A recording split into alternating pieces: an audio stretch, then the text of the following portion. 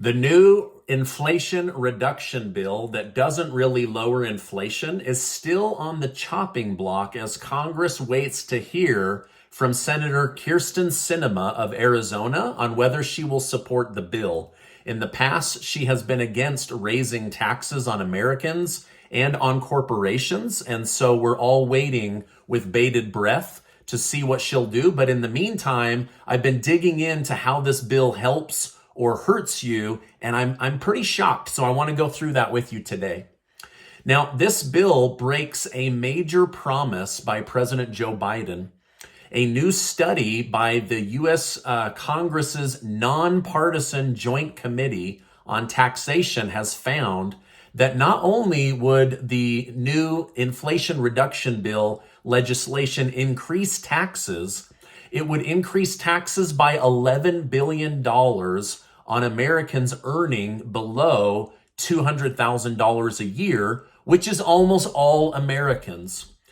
However, Chuck Schumer and Joe Manchin spent the entire weekend telling every newscaster they could sit down with how this new Inflation Reduction Bill doesn't raise taxes on the middle class or lower income families. But these nonpartisan groups are finding the absolute opposite. And so why are we being told one thing and then another is being done, right? This reminds me of the bill that passed last year for around $3 trillion, where they kept saying it doesn't cost any additional money. It doesn't cost any additional money. And then the Congressional Budget Office said, actually, this is going to cost the American taxpayer a lot of money.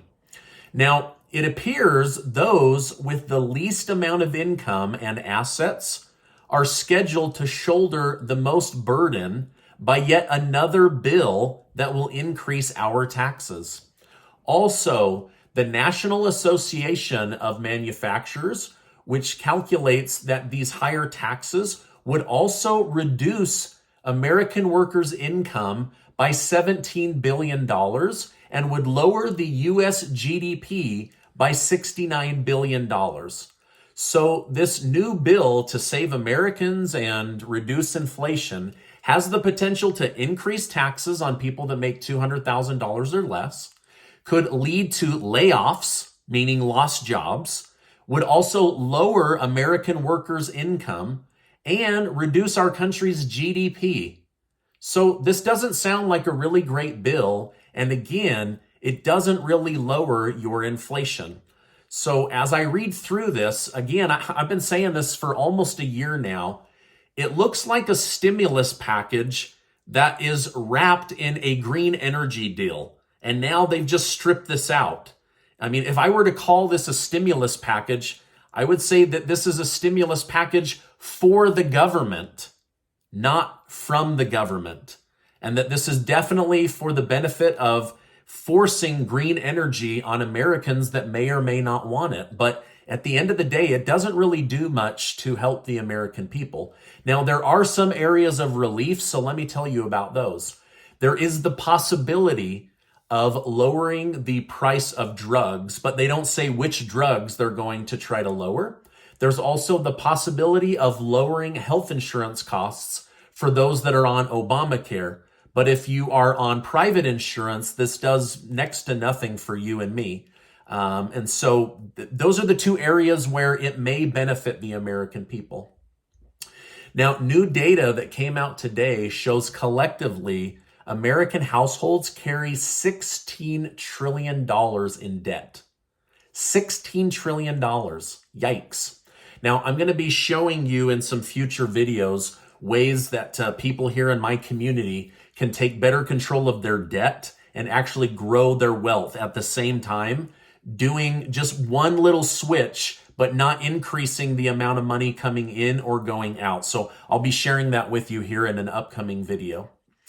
Texas Governor Greg Abbott has vowed to send even more illegal immigrants to Washington, D.C. after D.C.'s mayor complained that Texas and Arizona needed to stop sending illegal immigrants because Washington, D.C. simply couldn't handle the influx of people in their shelters, people eating into their food pantries. The governor said The Texas governor said that until Washington, D.C. gets the message and fixes the southern border issue, he will continue to send people to Washington, D.C. as often as he can. House Speaker Nancy Pelosi has now officially landed in Taiwan, but will she get out of Taiwan? China is now circling the island with warships, boats, they've got tanks, they've got missile projectile boats in the area, they've got up to 25 jet fighters ready to take off at any time. Now, this marks the first time a U.S. official of this rank has visited Taiwan in 25 years, so this is a big deal. Upon arrival, Pelosi stated the visit reiterates that America stands with Taiwan, a robust, vibrant democracy and our important partner in the Indo-Pacific. Taiwan thanked America in many ways, but one way stood out most. The Taipei 101 building, Taiwan's tallest building, projected a message that said the Taiwan flag loves the American flag, and a big thank you. Now, Pelosi plans to stay the night and meet with the president tomorrow before departing, but the question is, will China allow her to leave the island? In response, China has scheduled targeted military action, which includes live fire drills near Taiwan, meaning live ammunition.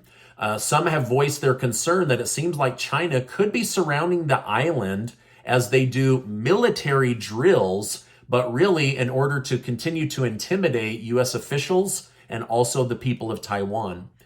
Even further, could Nancy Pelosi find herself stuck on the island as they are now basically making their military presence known in the area?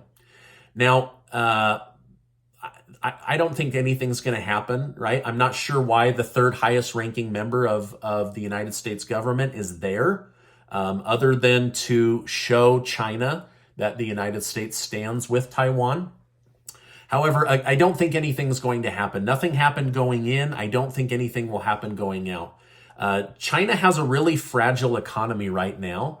And so I think all the tanks on the beaches, the boats in the area, the jet fighters, I think that this is just them flexing their muscles, but I think that it would be a very, very bad decision for them to fire on a U.S. Government agent. So I don't think anything will happen, and my fingers are crossed. I don't want that. Even though I'm not a fan of Nancy Pelosi, I don't want any harm to come to her, and I don't want World War III to kick off, because that would definitely lead to an act of war. Now, while the world sits and waits to see what will happen, some love what Nancy Pelosi is doing and others absolutely hate it. However, the country of Germany has vowed to help Taiwan if China were to attack, while former President Donald Trump said, "Why is crazy Nancy Pelosi in Taiwan? This is only going to cause trouble."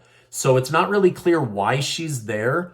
Could it have something to do with chip manufacturing? Again, is this just to show China that the United States still has the balls to show up where and when they want? Let me know your thoughts in the comments down below. Is this both countries flexing their muscles, or is this going to lead to an altercation that could kick off something that, there's no coming back from?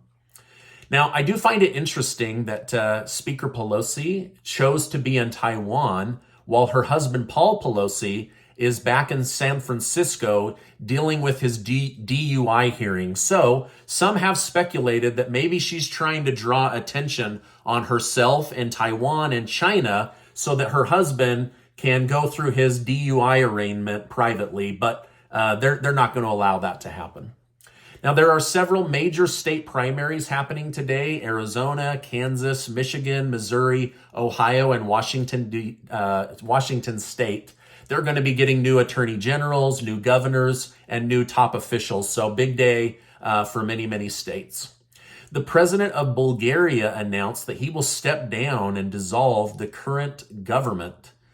He said he isn't equipped to run the country, and neither is his cabinet. This marks the fourth European nation to dissolve their government this year.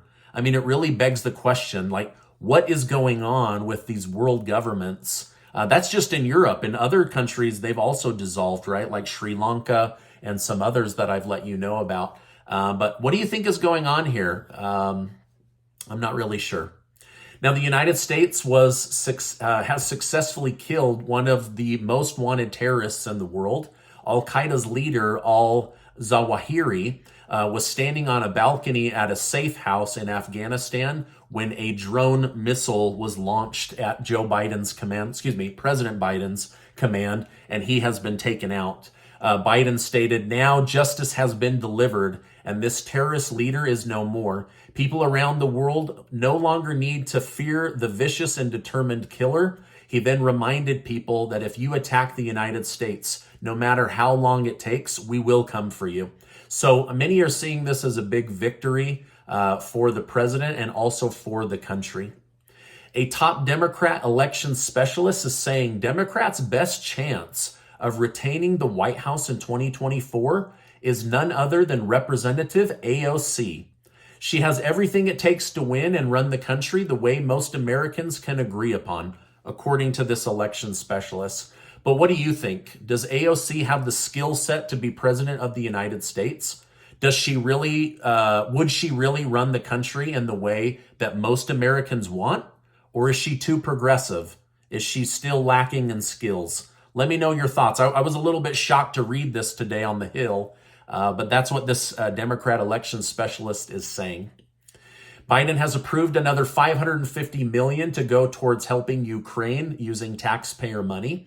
This will mark $8 billion in like the 17th package of money to the people in Ukraine and the zero package to people here in the United States. President Zelensky thanked Biden for his leadership and for his robust help to the nation of Ukraine. Now, our dollars aren't the only thing at war. We have made ourselves a bigger enemy to Russia and to China. In response to our support for Ukraine, Russia has now made America Moscow's #1 naval rival on the sea.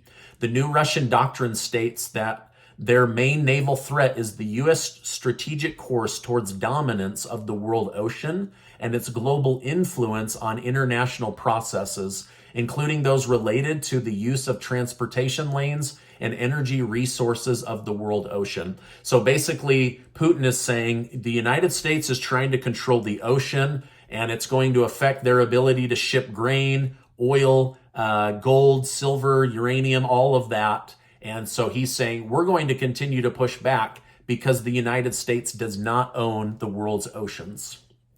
Gas prices have finally come down a fair amount, but this new controversial bill I started this video about shows that Joe Manchin and Chuck Schumer want to impose $25 billion in taxation on oil companies. Now, who do you think they're going to pass those taxes on to? Stockholders?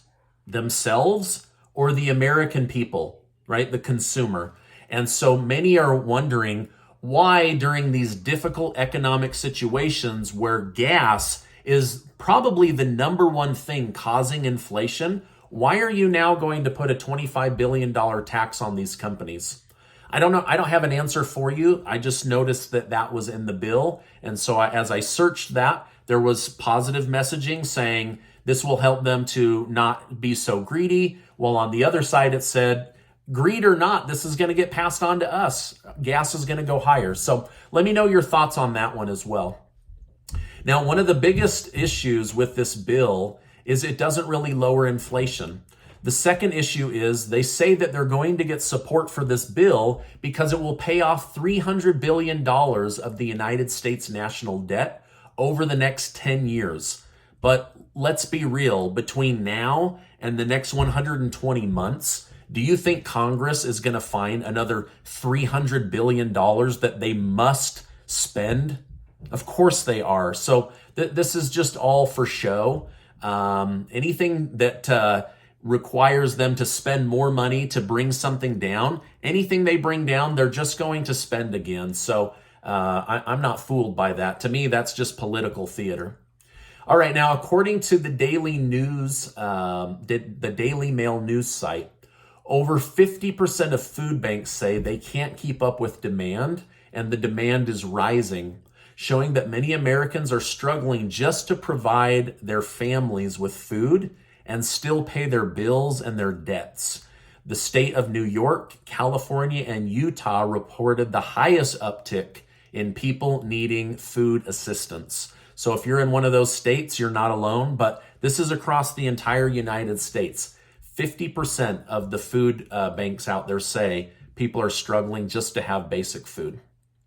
I know many in the community, I've seen your comments, so I'm not blind to the fact that many of you are struggling. I have a very interesting channel here, and I love everybody in it, but there's a lot of wealthy people that follow me, and there's a lot of people on fixed incomes that are really, really struggling. And I try to bring content for both groups, but I just want those that are struggling to know that I'm aware of that, and my heart goes out to you. Hopefully they can, come up with some food assistance programs for people in the United States, not just in Ukraine.